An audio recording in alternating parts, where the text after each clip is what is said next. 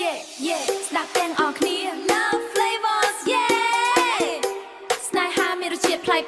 មកស្វែងយល់ទាំងអស់គ្នាស្នេហាដំបងដោយស្គរផ្អែមល្ហែមបេះដូងលោតញាប់ភ្នែកចេះតែលួចមើលអារម្មណ៍ស្រស់ថ្លាពិភពលោកពពកាឈូ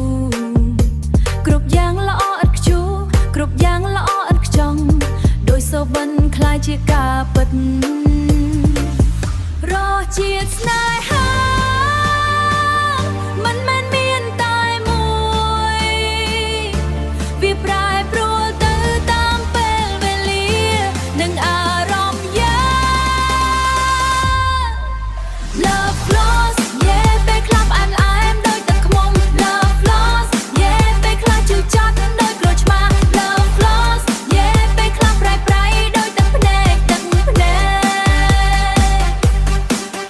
Love Lost yeah ពេលល្វិញជូរចត់តែបងរៀនយើង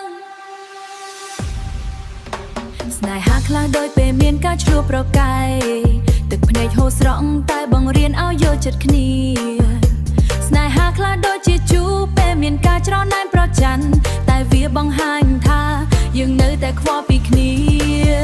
រសជាតិស្នេហាមិនមែនមានតែមួយ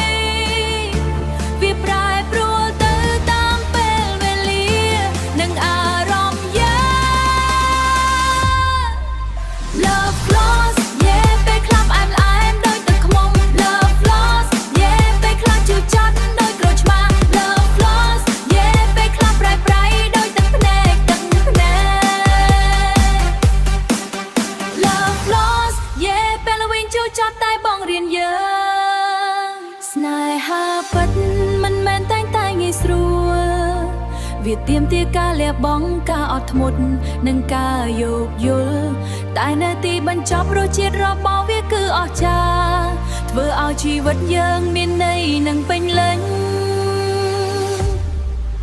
Love Lost yeah ពេលខ្លះផ្អែមល្អែមដូចទឹកឃ្មុំ Love Lost yeah ពេលខ្លះជូរចត់ដូចក្រូចឆ្មា Love Lost yeah ពេលខ្លះប្រៃប្រៃដូចទឹកភ្នែក